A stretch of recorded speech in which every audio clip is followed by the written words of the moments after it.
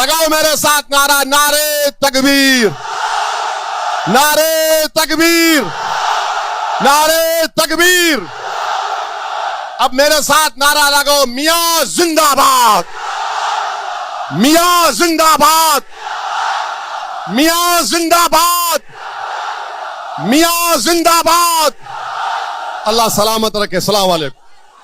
देखो देखो कौन आया, शेर आया, शेर आया। देखो देखो कौन आया, शेर आया, शेर आया। मालूम है असद का नाम भी शेर है।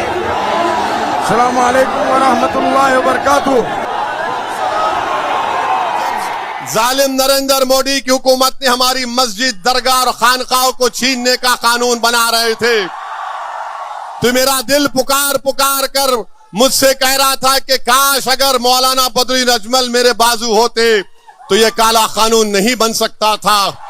एक दिन मैं और बदरुद्दीन अजमल साहब इस जमीन की ग़िज़ा बन जाएंगे। ये हकीकत है जिंदगी की।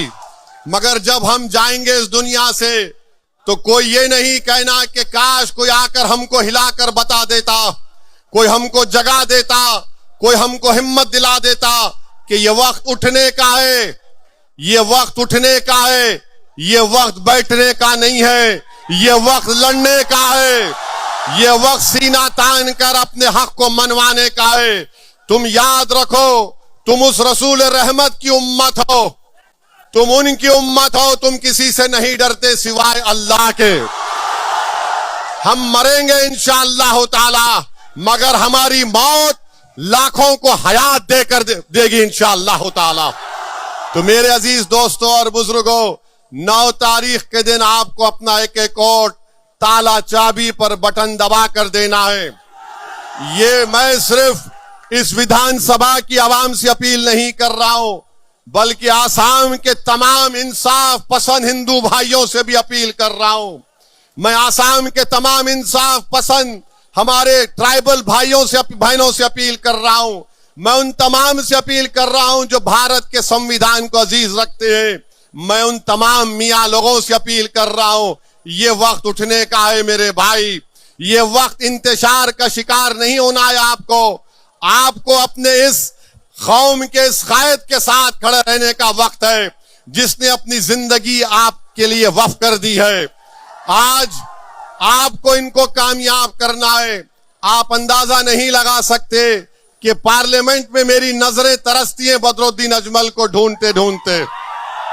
जब जालिम नरेंद्र मोदी की हुकूमत ने हमारी मस्जिद, दरगाह और खानकाहों को छीनने का कानून बना रहे थे तो मेरा दिल पुकार पुकार कर मुझसे कह रहा था कि काश अगर मौलाना बदरुद्दीन अजमल मेरे बाजू होते तो ये काला कानून नहीं बन सकता था। बिस्मिल्लाहिर्रहमानिर्रहीम। अस्सलाम वालेकुम व रहमतुल्लाहि व बरकातुहू।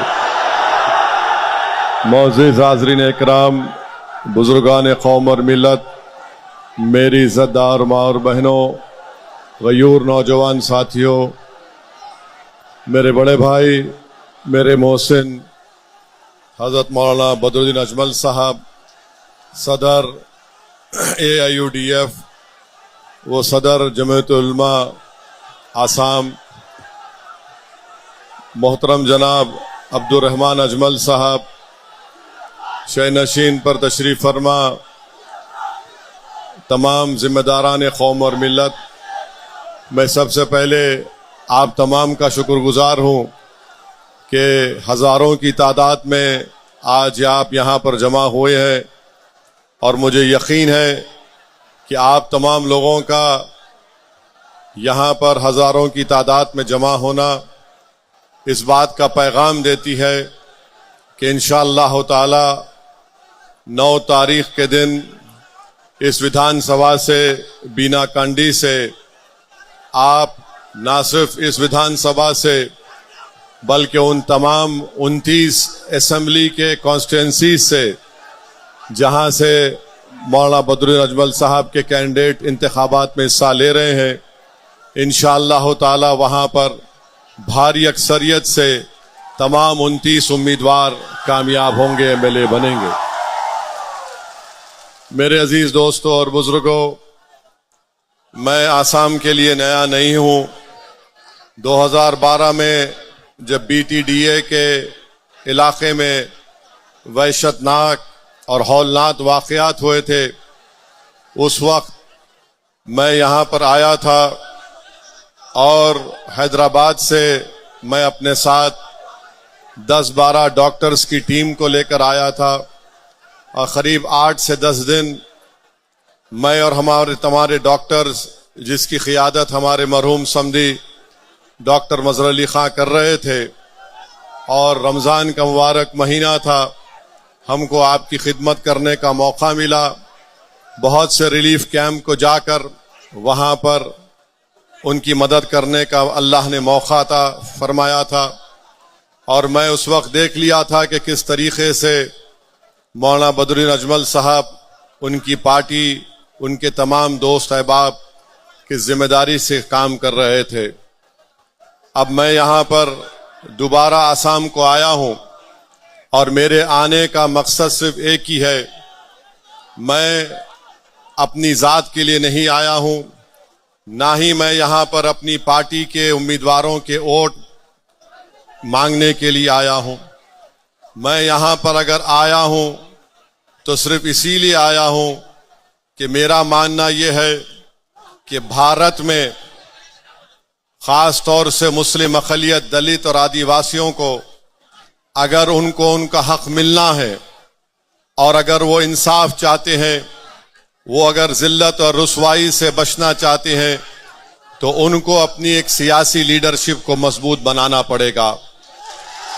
और मैं इसलिए भी आया हूं कि पिछले कई साल से मैं इस बात को देख रहा हूं, महसूस भी कर रहा हूं, खून का घूंट भी पीता हूं, आंख से बाज वक्त आंसू भी निकल जाते जब आसाम में मियाँ लोगों पर जुल्म की दास्तानें देखता हूं, पढ़ता हूं और सुनता हूं।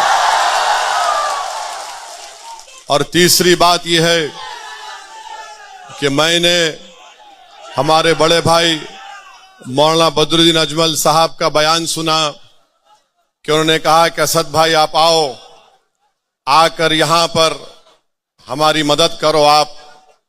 तो मेरे भाई, ईमान का तकाजा ये होता है कि अगर किसी के जिस्म के किसी हिस्से में दर्द होता है, हमारा ईमान उसी वक्त मुकम्मल होता है जब हम आपके दर्द को, आसाम के मियाँ लोगों की दर्द को हम हैदराबाद में बैठकर अगर महसूस करेंगे, तभी हमारा ईमान मुकम्मल होगा।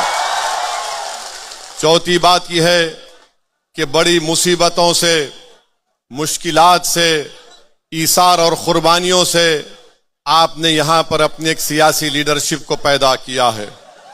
अभी मौलाना बदरुद्दीन अजमल साहब अपने मुख्तसर से खिताब में फरमा रहे थे कि हजरत मौलाना असद मदनी साहब रहमतुल्लाह अलैह की ऐन ख्वाहिश के मुताबिक उनके हुक्म पर इस पार्टी की तश्कील दी गई थी। तो मुझे रोकने की बहुत सी कोशिशें की गई। बहुत से लोग कांग्रेस के भी थे जो मुझसे कह रहे थे कि ओवैसी साहब मत जाओ, आपको जाने की जरूरत नहीं है, फुला ऐसा है। बहरहाल अपने किस्से कहानियां सुना रहे थे। बास कह रहे थे कि आप इलेक्शन के बाद जाओ। मैं ईमानदारी से आपसे कह रहा हूं कि मैंने मदीने शरीफ में रमजान के महीने में नमाज इस्तिखारा किया और मैंने कहा, अल्लाह, मैं नमाज अदा कर रहा हूं इस वास्ते के क्या मैं आसाम में जाऊं, और अगर जाऊं तो अजमल साहब की मदद करूं या नहीं जाऊं। अल्हम्दुलिल्लाह, अल्लाह सुब्हाना व तआला ने मुझे मौका दिया आपके दरमियान में आने का, और मेरी अल्लाह से दुआ है कि अल्लाह सुब्हाना व तआला आप तमाम पर अपनी रहमतों को, अपने फजल को नाजिल करे, और अल्लाह सुब्हाना व तआला आसाम के मुसलमानों की मुसीबतों का खात्मा कर दे, और जो लोग जुल्म कर रहे हैं अल्लाह उनको इस जुल्म से रोक दे, अल्लाह उनको हिदायत दे। अगर वो जुल्म करते रहेंगे तो फिर अल्लाह उनको देख लेगा इंशाअल्लाह ताला। और कांग्रेस के लोगों से बोल रहा हूं, आप कितना भी कोशिश कर लो, अल्लाह जब तक असदुद्दीन ओवैसी को जिंदा रखेगा, जहां कहीं भी मुस्लिम पॉलिटिकल लीडरशिप को बनाना है, मजबूत रखना है, जिंदा रखना है, मैं हाजिर था और हाजिर रहूंगा इंशाअल्लाह ताला। मैं कोई बड़ा काम नहीं कर रहा हूं। मैं मेरे भाई, बड़े भाई मौलाना अजमल साहब को देखता हूं तो मेरी जबान से बेसाख्ता दुआ के कलमात निकल जाते हैं कि अल्लाह इनको सलामत रखे, अल्लाह इनको सेहत दे और ये आपकी और सही तरीके से, बेलौस तरीके से खिदमत करते रहे। हम तमाम खादिम हैं आपके, हम तमाम आपके गुलाम हैं, हम तमाम आपके नौकर हैं। आपकी वजह से हम यहां पर खड़े हैं। इसमें अल्लाह का करम है, सदका है नबी करीम सल्लल्लाहु अलैहि वसल्लम का, अहले दिल की दुआएं हैं। असदुद्दीन ओवैसी कोई बड़ा आदमी नहीं है, असदुद्दीन ओवैसी आपकी तरह आम आदमी है। अल्लाह ने हमको मौका दिया है और हम आपकी खिदमत करने को आए हैं। जब मैं यहां पर आया हूं तो आपसे एक दरख्वास्त करने आया हूं, बल्कि मैं पूरे भारत के अक़लियतों की तरफ से, जो इंसाफ पसंद है उनकी तरफ से, अपनी तरफ से आप तमाम से भीख मांगने को आया हूं कि मेरे भाई इस बार पूरे बदरुद्दीन अजमल साहब के कैंडिडेट्स को कामयाब कर दो। याद रखो, याद रखो, पूरा भारत आपकी तरफ निगाहें उठाकर देख रहा है। हैदराबाद के लोग आपकी तरफ देख रहे हैं, महाराष्ट्र, मालेगांव, मुंबई के लोग, औरंगाबाद के लोग आपकी तरफ देख रहे हैं, उत्तर प्रदेश के लोग, बिहार के लोग आपकी तरफ देख रहे हैं और ये देख रहे हैं और ये आपसे कह रहे हैं कि अब की बार तुम इंतशार का शिकार मत होना। अब की बार तुम ना मोदी से, ना हेमंत बिस्वा शर्मा से डर कर बैठ जाना। वो पुकार पुकार कर तुमसे कह रहे हैं कि असदुद्दीन ओवैसी जाओ, जाकर आसाम के उन गयूर लोगों को बोल दो कि जिनके घरों से बेघर कर दिया गया, अगर हम तुम्हारे साथ खड़े नहीं हैं मगर हम रातों में उठकर तुम्हारे लिए दुआ कर रहे हैं। मुझसे कह दिया कि असदुद्दीन ओवैसी जाओ, जाके आसाम के अपने मियां लोगों से कह दो कि कांग्रेस की मक्कार साजिश का शिकार मत हो।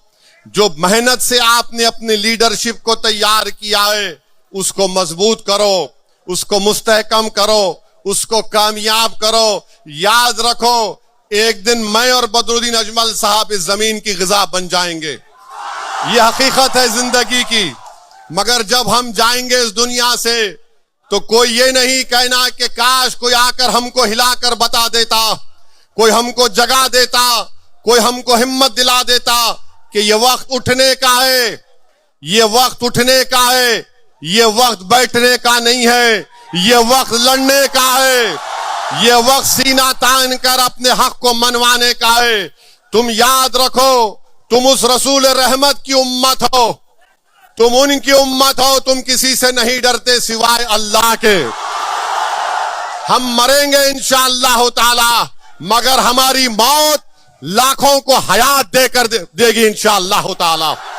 तो मेरे अजीज दोस्तों और बुजुर्गों, 9 तारीख के दिन आपको अपना एक एक वोट ताला चाबी पर बटन दबा कर देना है। ये मैं सिर्फ इस विधानसभा की आवाम से अपील नहीं कर रहा हूं, बल्कि आसाम के तमाम इंसाफ पसंद हिंदू भाइयों से भी अपील कर रहा हूं। मैं आसाम के तमाम इंसाफ पसंद हमारे ट्राइबल भाइयों से, बहनों से अपील कर रहा हूं। मैं उन तमाम से अपील कर रहा हूं जो भारत के संविधान को अजीज रखते हैं। मैं उन तमाम मियां लोगों से अपील कर रहा हूं, ये वक्त उठने का है मेरे भाई। ये वक्त इंतशार का शिकार नहीं होना है आपको अपने इस कौम के इस कायद के साथ खड़े रहने का वक्त है जिसने अपनी जिंदगी आपके लिए वक्फ कर दी है। आज आपको इनको कामयाब करना है। आप अंदाजा नहीं लगा सकते कि पार्लियामेंट में मेरी नजरें तरसती हैं बदरुद्दीन अजमल को ढूंढते ढूंढते। जब जालिम नरेंद्र मोदी की हुकूमत ने हमारी मस्जिद, दरगाह और खानकाहों को छीनने का कानून बना रहे थे, तो मेरा दिल पुकार पुकार कर मुझसे कह रहा था कि काश अगर मौलाना बदरुद्दीन अजमल मेरे बाजू होते तो यह काला कानून नहीं बन सकता था। मैं आपको जज्बात में लाने के लिए नहीं कह रहा हूं, अल्लाह जानता है। मैं पार्लियामेंट में बैठे बैठे ये महसूस कर रहा था कि काश आसाम के मुसलमान अजमल साहब को कामयाब कर देते, बिहार के लोग हमारे अख्तरुल ईमान को और महाराष्ट्र के लोग मेरे छोटे भाई सैयद इम्तियाज जलील को कामयाब कर देते तो हम उस काले कानून को रोक सकते थे। मगर खैर, अल्लाह के फैसले अल्लाह जानता है। अब आपको ये दिखाना है कि आप अपना एक एक वोट ताला चाबी पर लगाएंगे। 51 बरस 200 दिन कांग्रेस को सत्ता मिली आसाम में। क्या मिला मियां लोगों को? मियां लोगों को मिला डिटेंशन मिला, मियां लोगों को फॉरेनर्स ट्राइब्यूनल मिला, मियां लोगों को वो तमाम बीटीडीए के वो तमाम मामलात मिले जिसमें हम बेघर हो गए। 51 बरस में वही कानून लैंड ग्रैबिंग का बनाया गया था। कौन था मंत्री? रकीबुल मंत्री थे। उस कानून का इस्तेमाल करके आज ये हेमंत बिस्व शर्मा जो वक्त का फिरौन बना हुआ है, अल्लाह उसको देख लेगा इंशाअल्लाह ताला। तो कांग्रेस, बीजेपी, मोदी, हेमंत बिस्व शर्मा, गोगोई ये कभी नहीं चाहेंगे कि तुम्हारी एक आजाद सियासी लीडरशिप पैदा हो जाए। आपको याद दिला रहा हूं, बरसों पहले एक सियासी पार्टी बनी थी, कांग्रेस ने उसको खत्म कर दिया। मुझे बदनाम करते हैं, ये बी टीम है, ये फुला टीम है। सुनो कांग्रेस के दल्लालों, तुम जितनी गाली दे सकते मुझे दे दो। मैं तुम्हारी गालियों से और झूठ से मुतासिर होकर घर में बैठने वाले का नाम असदुद्दीन ओवैसी और बदरुद्दीन अजमल नहीं है। तुम जितना बोलोगे हम उतनी ज्यादा मेहनत करेंगे। और सुन लो हेमंत बिस्व शर्मा, बीजेपी आरएसएस वालों, तुम मारना चाहते ना हमारे को, तुम हमारी कमर तोड़ना चाहते ना। हेमंत बिस्व शर्मा 9 तारीख से पहले बता दो, गुवाहाटी के चौराहे पर तुम बोलो कि इस चौराहे पे ओवैसी को मारूंगा, मैं आने तैयार हूं, मैं मरने तैयार हूं आसाम के गरीबों के लिए। तुम्हारी ये धमकी हमको डरा नहीं पाएगी। अरे मरना तो सबको एक दिन, कभी मैं जाऊंगा तो तुम भी जाओगे, मगर ये डराने की सियासत अब काम में आने वाली नहीं है। ये मजमा बता रहा है हेमंत बिस्व शर्मा कि अब हम डरने वाले नहीं हैं, तुम्हारे सामने खड़े होकर अपना हक मनवाएंगे। ये मजमा पुकार कर कह रहा है कि जो बेघर हुए हैं इंशाअल्लाह बदरुद्दीन अजमल के उम्मीदवार कामयाब होकर उनके सर पर इंशाअल्लाह अल्लाह ताला छत बनाकर उनको घर देंगे इंशाअल्लाह ताला। ये मजमा पुकार कर कांग्रेस से कह रहा है, ये मजमा पुकार कर कांग्रेस से कह रहा है कि अब 51 बरस के बाद तुम्हारी मक्कारी का शिकार नहीं होने वाले। अब हम अपने मुकद्दर के फैसले करेंगे। अब हम अपने मुस्तकबिल के रास्ते बनाएंगे, चाहे रास्ते में पहाड़ आ जाए, जालिम आ जाए, तूफान आ जाए। जिसके हौसले पाक होते हैं अल्लाह उनको चरागों तूफानों में चराग उनका जला देता है और ये चराग जलेगा इंशाअल्लाह ताला। तो मेरे अजीज दोस्तों और बुजुर्गों, मेरी आपसे एक ही गुजारिश है कि एक एक वोट को इस्तेमाल करो, डरने और घबराने की जरूरत नहीं है। ये कांग्रेस जो आसाम की कांग्रेस है और ये बीजेपी जितने लोग गए ये सब कांग्रेस से गए हैं, ये सब कांग्रेस से गए हैं। यहां से ग्रेजुएशन किए, वहां पर जाकर मास्टर्स की डिग्री लिए बर्बादी और जुल्म करने में। मेरी आपसे गुजारिश है कि मुत्तहदा तौर पर अपने एक एक वोट का इस्तेमाल करिए। अल्लाह मेरी आवाज को उन तमाम इलाकों में अपने फजल और करम से पहुंचा दे। जो कोई भी AIDUF का उम्मीदवार है उसके हक में वोट का इस्तेमाल करिए। कैंडिडेट बदरुद्दीन अजमल नहीं है, कैंडिडेट हर एक आप आदमी है। आप कैंडिडेट है, आप कैंडिडेट है, आप कैंडिडेट है, बल्कि पूरे आसाम का मियां कैंडिडेट है इस इलेक्शन में इंशाअल्लाह ताला। और सुन लो डराने वालों, जब तक मियां जिंदा है दुनिया जिंदा रहेगी। हम जिंदा रहेंगे, मस्जिदों में हय्या अलल सलाह हय्या अलल फलाह कहते रहेंगे। मस्जिद के बाहर आएंगे तो हर मुसीबत पे कहेंगे ला इलाहा इल्लल्लाह। तो अब हमको डरना नहीं है। अल्लाह ने आपको एक क़यादत दी है, इसको नेमत समझिए। ये आपकी क़यादत है, अजमल साहब की नहीं है, मेरी नहीं है। इसको आपने अपने खून पसीनों से आंसुओं से बनाया है। ये अमानत है। अगर हम मर भी जाएंगे तो तुम इस अमानत को अपनी नस्लों में जारी करना, ताकि सुबह क़यामत तक आपकी लीडरशिप बाकी रहे। यही चंद गुजारिशात मुझे आप तक पहुंचाना था। आप यहां पर आए, आपका बहुत बहुत शुक्रिया। और मैं बताना चाह रहा हूं कि कांग्रेस पार्टी ने क्या किया, यहां से लुरिंग ज्योति गोगोई के कैंडिडेट को दिया। ये कौन है आप जानते हैं ना, जिसने 20 लाख ऑब्जेक्शन के फाइल दाखिल किए थे मियां लोगों के बारे में, एनआरसी जब हो रहा था। और कांग्रेस ने ऐसे आदमी को मेरे भाई बदरुद्दीन अजमल के सामने खड़ा किया जो आपकी सिटीजनशिप को छीनना चाहता था। अब आपका काम यह है कि जिसका घर जालिम ने लूटा, जिसको गोलियां मार दी, जिसका नाम निकालने की कोशिश की गई, 9 तारीख के दिन आप बाबा साहिब अंबेडकर के संविधान को इस्तेमाल करके इन तमाम का जवाब आपको देना है।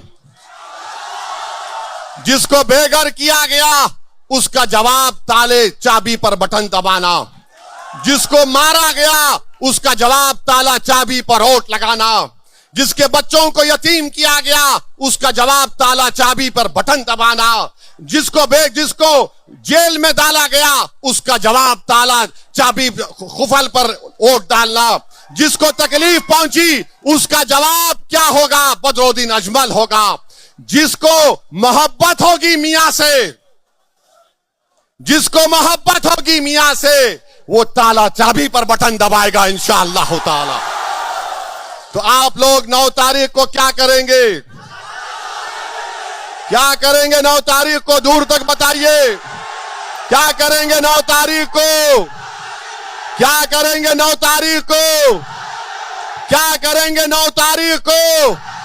तो लगाओ मेरे साथ नारा, नारे तकबीर, नारे तकबीर, नारे तकबीर। अब मेरे साथ नारा लगाओ, मियां जिंदाबाद, मियां जिंदाबाद, मियां जिंदाबाद, मियां जिंदाबाद। अल्लाह सलामत रखे। अस्सलाम वालेकुम। Yeah.